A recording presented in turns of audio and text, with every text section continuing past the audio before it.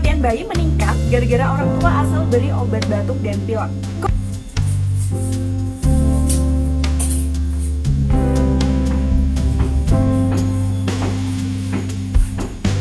Semuanya langsung dikasih obat. Saya harus cari tahu dulu penyebab anak terserang batuk pilek itu karena apa? Karena cuaca kah? Atau karena debu kah? Kalau penyebabnya adalah debu, maka rumah harus lebih sering dibersihkan. Ingat Bunsa, lebih sedih adalah ketika harus kehilangan si kecil hanya karena ingin mempercepat proses penyembuhan dari batuk pileknya. Jangan dikit-dikit dikasih obat. Kalau ada yang alami, kenapa harus pilih yang kimia?